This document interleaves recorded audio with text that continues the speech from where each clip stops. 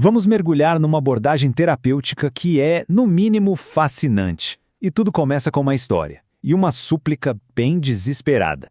Foi exatamente essa frase que uma cliente do terapeuta Roger Wooger repetia sem parar no meio de uma sessão.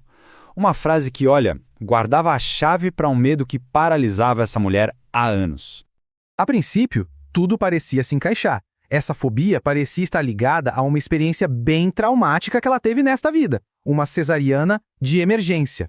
Fazia sentido, não é? O trauma estava ali, claro, documentado. Caso encerrado, nem de longe. É que a carga emocional, sabe? O peso daquele medo era tão, mas tão intenso, que sugeria o que o Wooger chamava de uma história por trás da história. Seguindo aquela frase, por favor não me corte, ele a conduziu a uma memória muito mais antiga. De repente, ela se viu no século XVII, vivenciando uma cesárea primitiva, brutal, e morrendo junto com o bebê.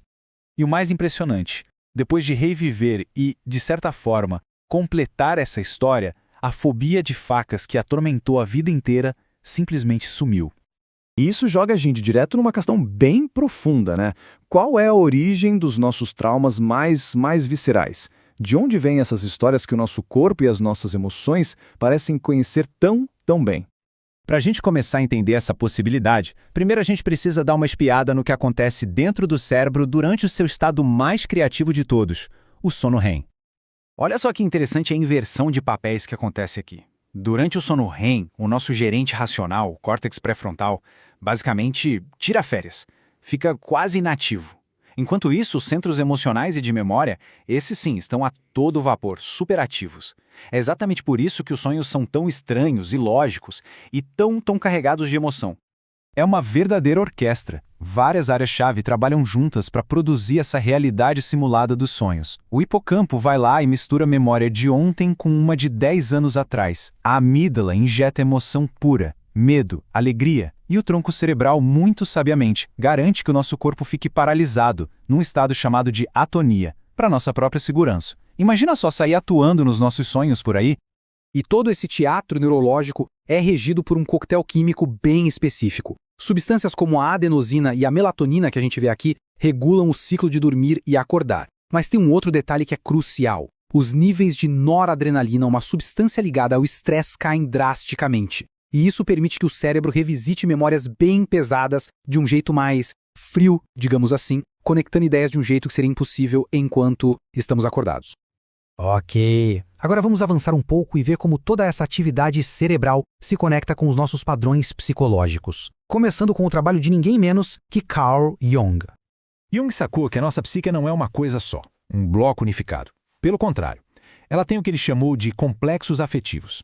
Pensa neles como pequenos fragmentos de personalidade, cada um com sua própria energia, sua própria história e quase sempre nascidos de um trauma.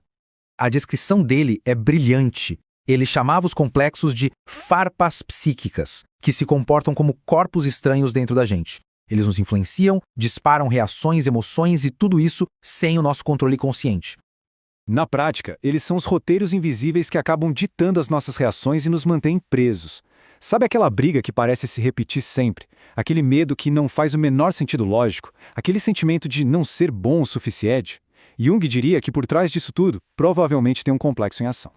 E isso nos traz de volta ao Roger Wooger, porque ele desenvolveu um método para a gente poder dialogar diretamente com esses complexos, com essas histórias que ficam presas dentro da gente. Uma coisa fantástica sobre o Wooger é que ele não se preocupava com a pureza acadêmica. A abordagem dele era o que funciona. Ele usava o que parecia mais útil e eficaz para a cura, sem ficar preso a uma única escola de pensamento. E a variedade de fontes que ele conseguiu integrar em um único processo é sinceramente impressionante. Ele pegou os complexos de Jung, a catarse de Reich, o teatro de Moreno e não parou aí. Foi buscar conceitos no livro tibetano dos mortos, no xamanismo. Ele, na prática, construiu uma ponte entre a psicologia ocidental e a sabedoria ancestral.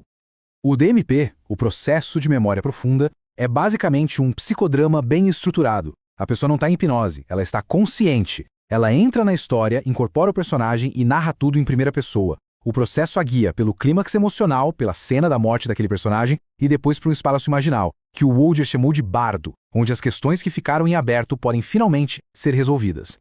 Então, chegamos ao ponto crucial. Como é que esse processo realmente cura? O que de fato acontece quando a gente dá voz e corpo a essas memórias? É que muitas vezes o trauma não tem palavras. Ele vive como uma dor nas costas, uma ansiedade no peito, uma fobia inexplicável. Ao encenar a história que está por trás do sintoma e dar a ela um começo, um meio e, principalmente, um fim, a energia que estava presa ali pode ser liberada.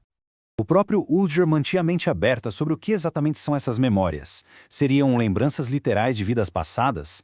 Ou será que a gente acessa um tipo de banco de memórias da humanidade, o inconsciente coletivo de Jung, e encontra ali uma história que espelha perfeitamente o nosso sofrimento? No fim das contas, ele dizia que o resultado terapêutico é que era o mais importante.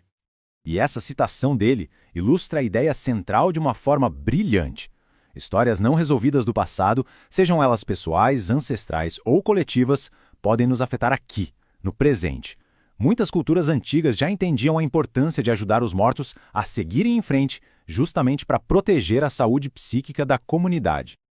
E no final, todo esse processo nos deixa com uma pergunta bem provocadora sobre a natureza da memória, da cura e da própria realidade.